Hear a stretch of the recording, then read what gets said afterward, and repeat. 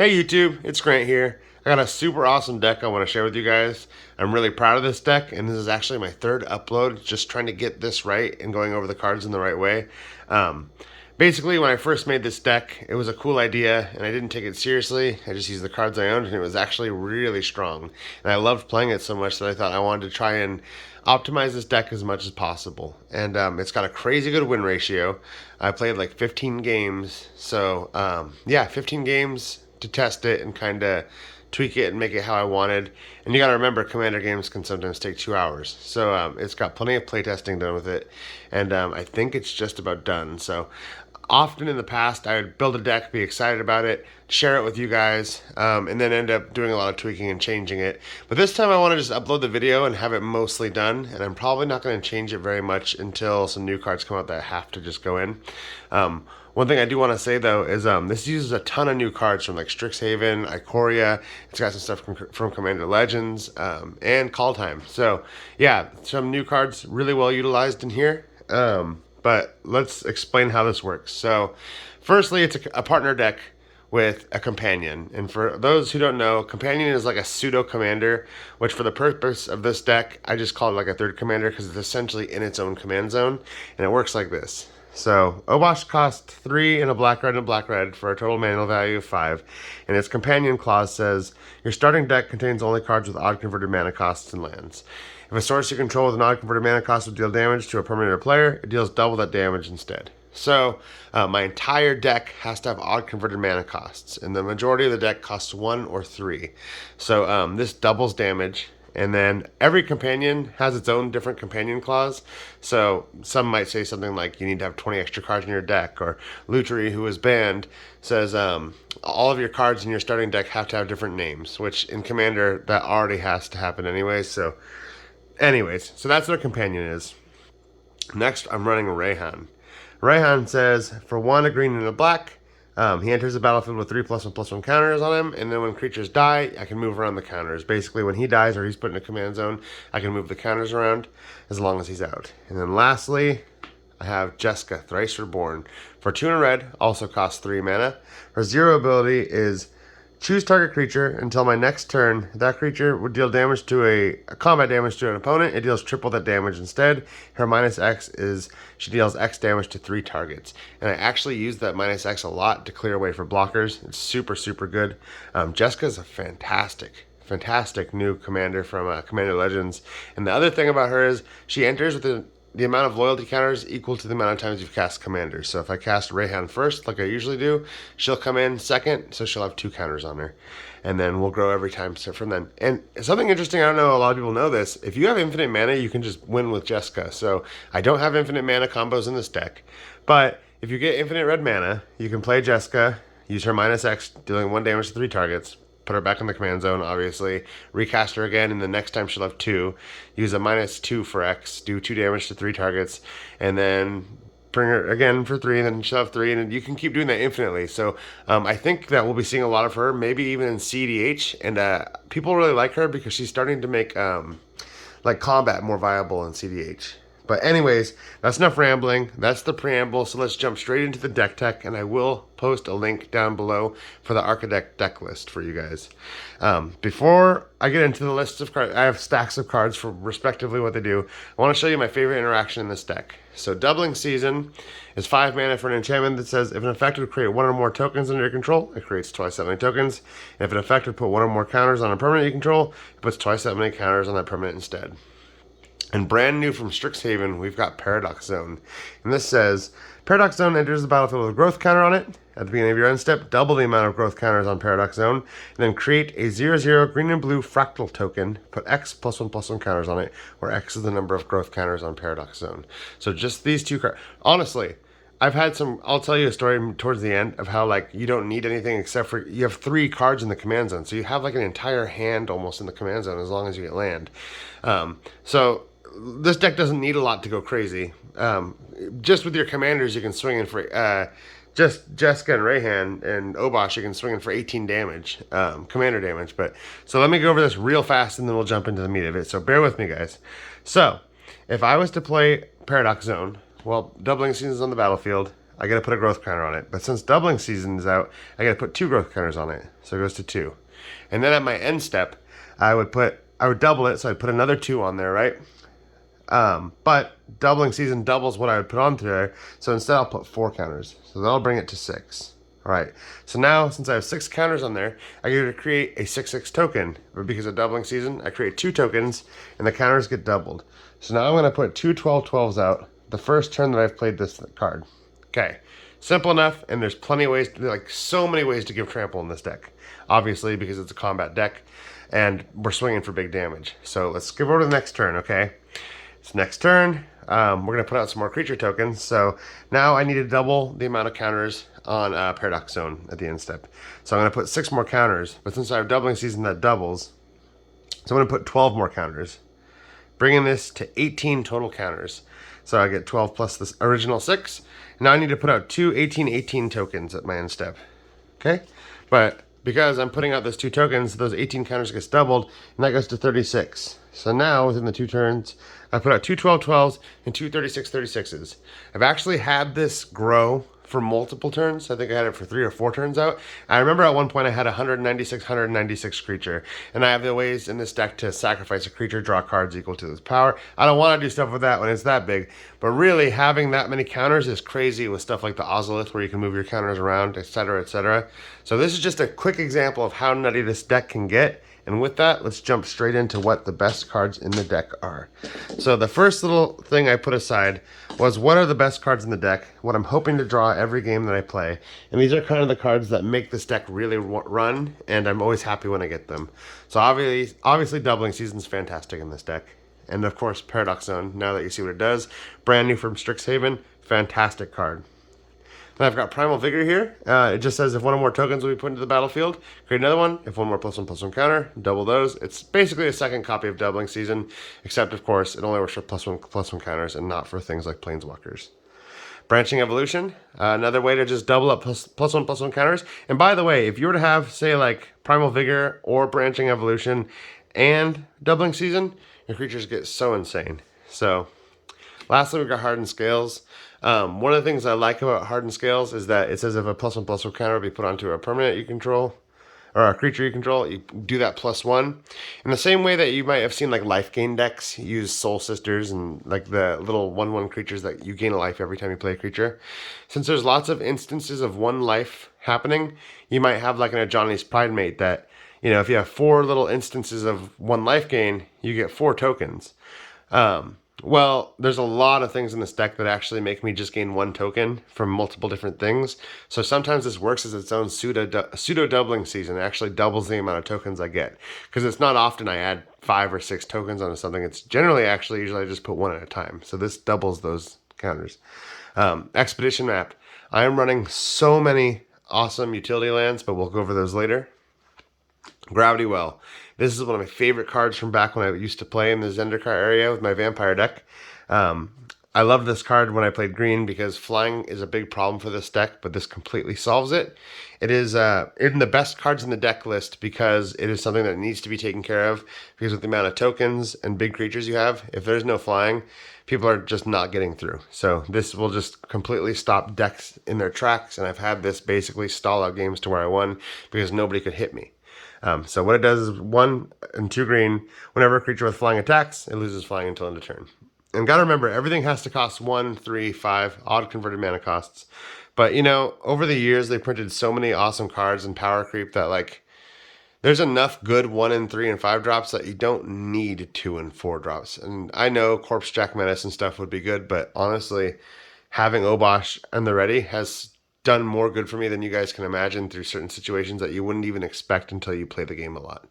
Or play, not the game a lot, play this deck a lot. A lot of you people watching this probably play the game a lot. So Shadow Spear, it costs 1 colorless. It's an artifact equipment. Equipped creature gets +1/+1 and has trample and lifelink. That's mainly what I use this for. However, this has came in clutch once when I was playing against a goblin deck and my opponent had Perforos out and was burning us for like, you know, 15 or 12 damage or something like that. And the next turn, he was about to double his tokens and do for like 24 damage if something didn't happen.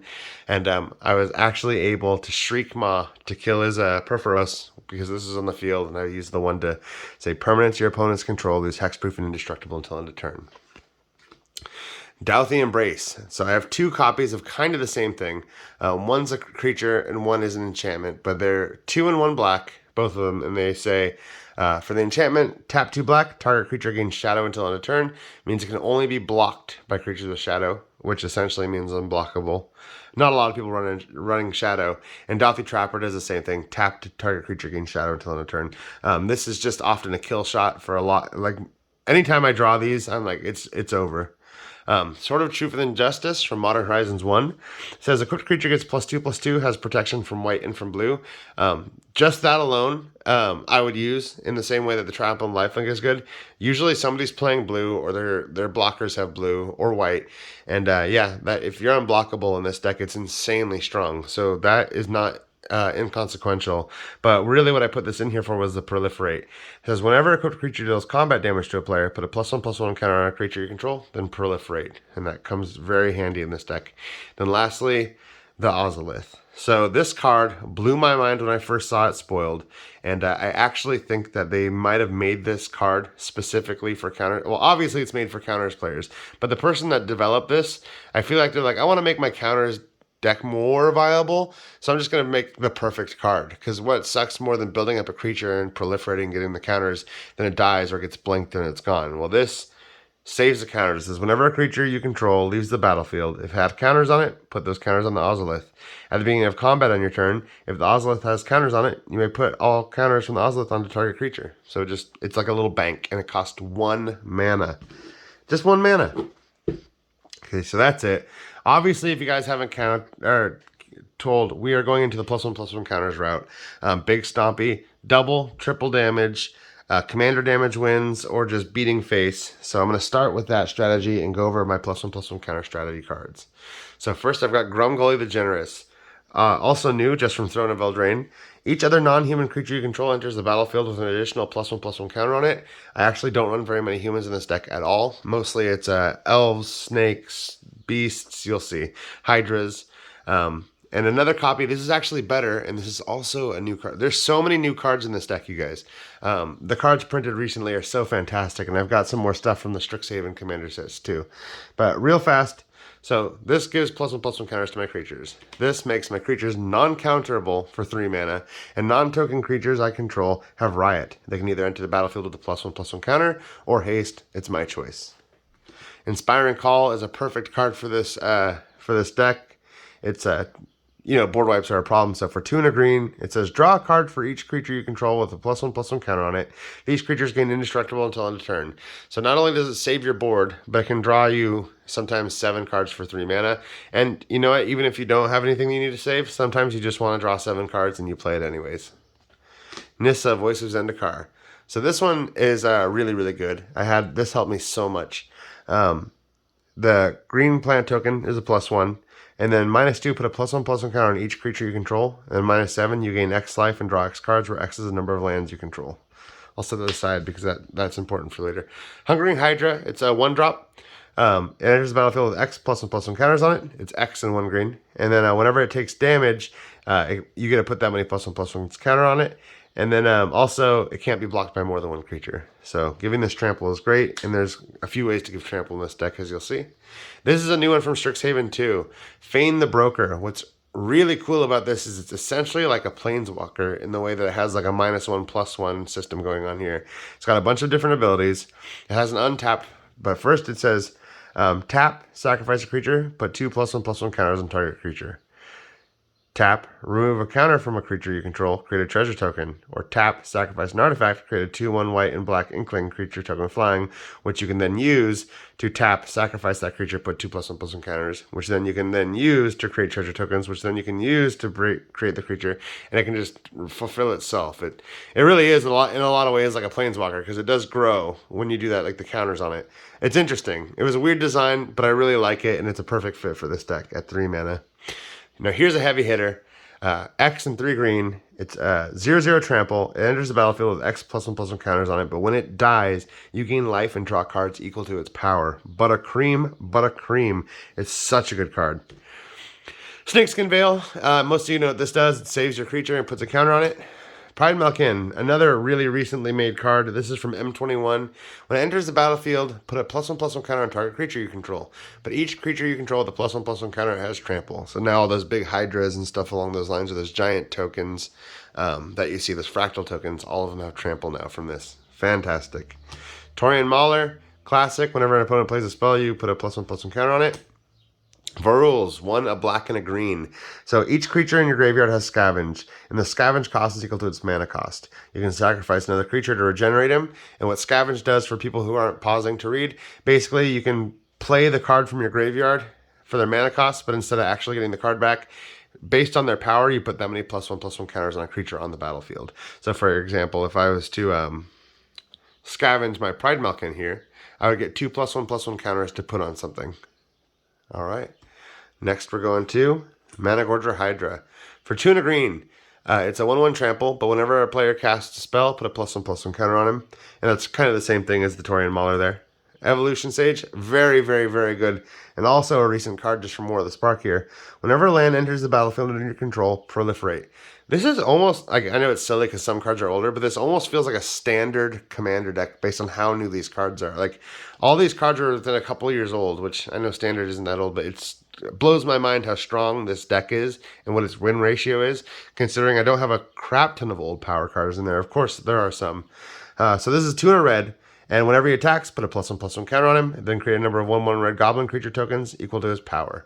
So, yeah, this mixed with gravity well, and a bunch of tokens just makes it so when there's no flying, you're essentially you're fine. You're not in no danger. So this one is a really cool card, and one of my pet cards I put in here, and this is from the Theros Beyond Death. I drafted with this, and I fell in love with the card, so I put it in here, and it fits well. Enchant creature. When Hydra's Growth enters the battlefield, put a +1/+1 counter on target or enchanted creature. And then at the beginning of your upkeep, double the number of +1/+1 counters on enchanted creature. If you put this on Lifeblood Hydra, you're going to be drawing too many cards, so be careful if it dies. Flesh and Blood. Now, you'll notice that Blood has 2 converted mana cost, but the actual card itself has a 7 CMC. I looked up the rules for Cascade. This is considered a card that has a 7 CMC because it's 5 plus the 2, making the 7. But I usually use the flesh portion of it. It says, for 3, a black and a green, exile target creature card from a graveyard. Put X +1/+1 counters on target creature, where X is the power of that card you exiled. And then I can also use Blood. Target creature you control deals damage equal to its power to target creature or player. So it's a little removal spell as well. Cyril Frelmeter. This is a lot of text because it's from Kaldheim, but I'll try to read it fast, guys. Thank you for bearing with me. It is a longer video than usual, but it's a fantastic creature. For 1 in Golgari, a black and a green. It says, whenever a permanent an opponent controls is put into a graveyard from the battlefield, put a +1/+1 counter on Sarulf. At the beginning of your upkeep, if Sarulf has more than 1 +1/+1 counter on it, you can remove all of them. If you do, exile each other non-land permanent with converted mana cost less or equal to the number of counters removed this way. So it's a little board wipe and a creature. And then Champion of Lamholt. This is the last of the +1/+1 counter kind of strategy here. Creatures with power less than Champion of Lamholt can't block creatures I control. Whenever another creature enters the battlefield under my control, I can get a +1/+1 counter on it. Honestly, even getting him to just 4/4 with counters is so good. Just not having dumb little chump blockers. People have to use... If your opponent has a creature with over 4 power, generally it's something they do not want to have die. But unless they want to die, they got to get rid of their good creatures. They cannot chump block. So that's that, guys. We're a good way through the deck now, actually. This is going a little bit better than I thought. Next, we're going to go over, instead of the ramp package, let's go over the last of these. So these are creatures that have nothing to do with the +1/+1 counter strategy, but they're very good creatures. So for 3 mana, this is from the new Strixhaven set.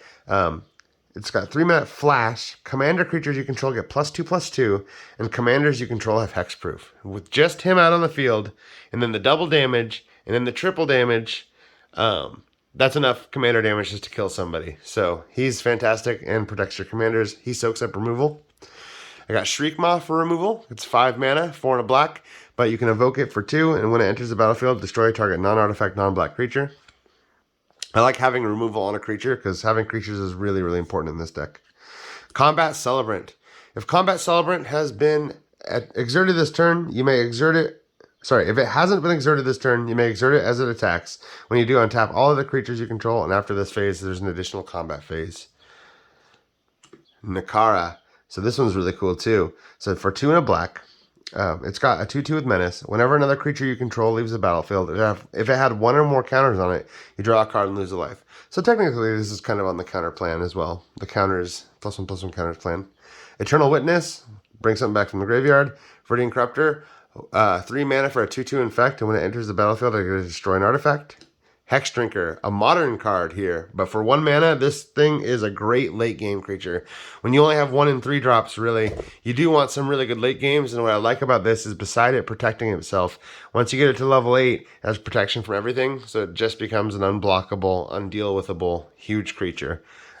So that's Hex Drinker. I got Beladros Witherbloom. So this is this is the only one. This card is so like I feel like it's been so like dialed in. This is one of the ones that I'm iffy about. There's a card called Port Razor from Modern Horizons, which basically lets me get more combat steps whenever I attack a new player each combat. I think that might be more useful than this. However, having those explosive turns where you get to play, 15 mana on 1 turn, as well as having a big flyer is really good. So he's good in this deck. I've had him. He's done really good, and I love the card anyway. So 5 of black and a green. At the beginning of your each upkeep, create a 1/1 green and black pest creature. That says whenever it dies, you gain a life. Then pay 10 life, untap all lands you control, activate that only once per turn. And he's a 4/4 flyer. Vampiric Rites, just a 1 black mana for an enchantment that lets me sacrifice a creature, gain a life, and draw a card. Garruk, Primal Hunter, some more card draw. Also, came in clutch with those tokens. For 5 mana, its +1 is create a beast token. His -3 is draw cards equal to the greatest power among creatures you control. And -6, create a 6/6 worm creature token for each land you control. I've also used that. Set him aside. Garruk's Uprising is really cool. For 3 mana, also a new card from M21. When it enters the battlefield, if you control a creature with power 4 or greater, draw a card. So it replaces itself. Creatures you control have trample, and whenever a creature with power 4 or greater enters the battlefield under your control, draw a card. Fantastic. And then this is a little MDFC from Zendikar. It's called Battlegated Recovery. Return target creature card from your graveyard. Target card from your graveyard to your hand. It can be any card. And then on the other side here is just a green land that enters the battlefield tapped. So that's that, you guys. Thanks for sticking with me. I'll set these little planeswalkers off to the side for now. Cool. Nothing left really except for ramp and lands, and then yeah, ramp and lands. So thanks for sticking with it so far, guys. I hope you really like this deck, and I hope you make one and try it yourself, or just any companion deck, really. So we got Elves of Deep Shadow. A lot of this is going to be the kind of the same thing. It's creature ramp, taps for a black, Llanowar Elves, Elvish Mystic, Findlehorn Elves, just basically new copies of Llanowar Elves. Birds of Paradise lets me tap for anything and it's flying.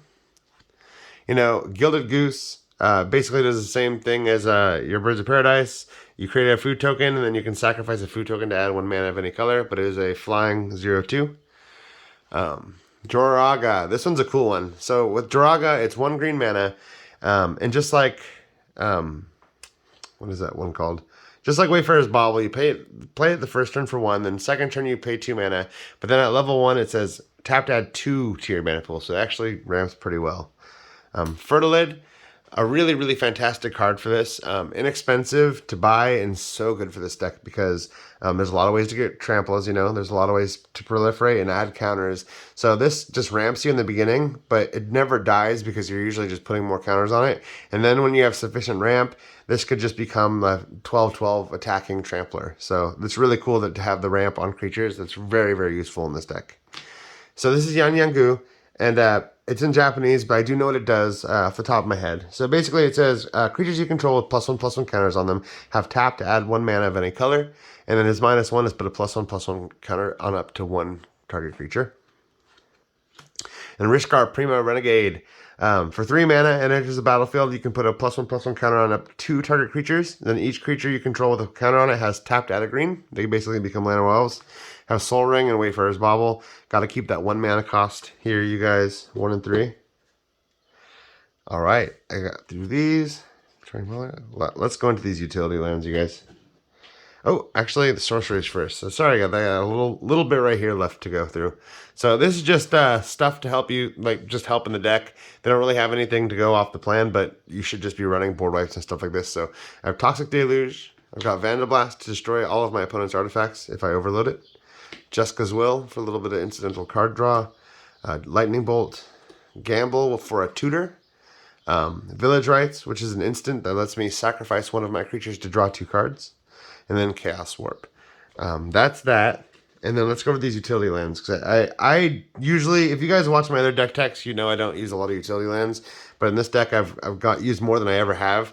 And they're very, very good. So I'm probably going to start doing that more in other decks. And it really makes that the Expedition map shine. So for Karn's Bastion, I can tap to add a colorless, or I can pay 4 and tap this to proliferate, which ends up being like 5 mana to proliferate, but oftentimes it's worth it. Rogue's Passage, deadly, deadly card in this deck.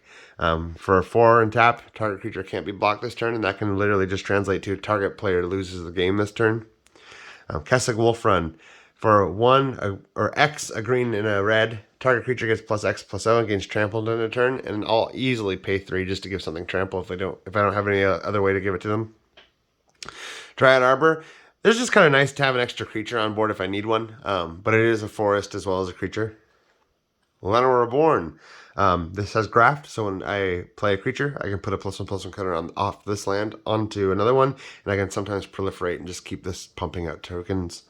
Urborg for mana fixing, and then lastly, Oran Reef of the Vastwood. So it enters the battlefield tapped, but I can tap to put a +1/+1 counter on each green creature that entered the battlefield this turn, and that actually works with tokens too. So that's that. And then for my mana fixing, it's not really that, and like nothing is too crazy here. So you guys can just check out if you want to see the deck list on what dual lands I'm using.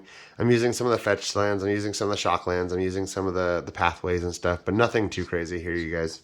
So thank you. I just want to go over one last thing. So a couple things that I've noticed with this deck. It's very, very competitive. If I made it, it's not CDH, but you know, like that battle cruiser magic that you'd see on like on game nights. It's very much one of those decks, and it's very strong. I think I did the math, and I've lost 2 games out of 15, and so I think they said it was like 86% win rate. And you got to remember, these are 4-player games. Sometimes there was 3. But even then, that's an insane win rate. It does much better than my other decks. I don't understand why, but it's gotten out of some really weird, squeaky situations too. For example, my buddy's playing a black-red sacrifice deck, and I think it's called Sire of Insanity. But the main point is, turn 1, he dropped like a Soul Ring and a freaking Signet or something like that. And turn 2, he put out more ramp. But what he was able to do is play Sire of Insanity on his 3rd turn when we hadn't gone around yet, so we all had 2 land, and then we had every single end step we had to sacrifice or discard our hands. So the rest of the board was just screwed. He's sitting there with like 6 or 7 mana, and he's fine because he can just keep playing stuff. And as it comes around the table, my buddy Jared's sitting there. He draws a card. He isn't able to play it. It's not a land, so he just discards it at end step. He goes to my buddy Marcus. He draws. He isn't able to play it. Discards it at end step. I draw a card, and it happened to be a Llanowar Elves. I just put it down. Okay, goes around. He's still trying to build up his deck and his group slug, and by the time it comes around to me, I play my commander, and then I play my other commander, and then every time I draw a card, because I got some ramp, I got land, I was able to keep pumping stuff out. But he's playing like a group slug. Everybody sacrificed things, which scared me. But I had drawn this first, and then not too long afterwards I drew this as well. So I was just putting out a plant token each turn and just sacrificing that. Meanwhile, everything I drew, I just kept playing it, and like it was so interesting to see him. My board was growing faster than his, even though he had like a pretty good hard lock on the game. My board was just growing, and one of the things that saved my ass is that when you sacrifice your hand and you have 3 things in the command zone, it's kind of like you have a hand still. So I was able to get out of that sticky situation. I've been in other sticky situations too with this deck where I played against somebody who's like basically a board wipe tribal, and board wipes seem to be hard on this deck. But I had it set up to the point where I was being smart about just playing a few things, making them deadly and scary while holding a few in my hand. And every time he'd board wipe, I think he was running like 8 or 9 board wipes in the deck. Every time he'd board wipe, I'd just play a few more and just keep that going, play my commanders over and over, having that option. And I was still able to take that game. And then, it's just crazy how good that having 3 commanders in command zone really is. I think it's worth the downside. And also, I thought it would just make it more interesting to have 3. But yeah, having a double, triple, 3/3 is really, really good. So anyways, tell me what you guys think. I do have a question for you guys down below if you want to argue about this, because I've been arguing on Discord a lot about it. What do you think is better for this deck? Chaos Warp or Beast Within? I want you to take into consideration if you use Beast Within, you're going to be giving your opponents a blocker, which can be kind of a bad thing. But obviously Chaos Warp can give them something much worse, which has happened to me while playing this deck. And also, it gets rid of indestructible things, right? So Chaos Warp can do that, but also it gives them land. The worst thing it'll do, or for them, is give them land, and that's still good. Like, I'm pretty sure people would rather have land than a 3/3. So anyways, I've asked Discord. Some people say that they're equally good, just in different ways. It depends on the deck, but I want to hear what you guys think. Is Chaos Warp better than Beast Within, or is Beast Within better than Chaos Warp? And then like, comment, subscribe. Next video I'm making, I'm going to be giving a giveaway. I uploaded a video and said that last time, but it was I'm just taking that down and re-uploading. It's the same as this. Thanks for hanging out, you guys. Yeah, like, comment, subscribe, and then be sure to watch the next video I do on the next deck tech. Spoiler alert, it'll probably have something to do with Modern Horizons 2. I'm going to be doing a giveaway for that. So thank you guys. Have a good rest of your day, and check out the deck list down below and tell me if you have any ideas for the deck that you would change personally. All right, have a good one, guys.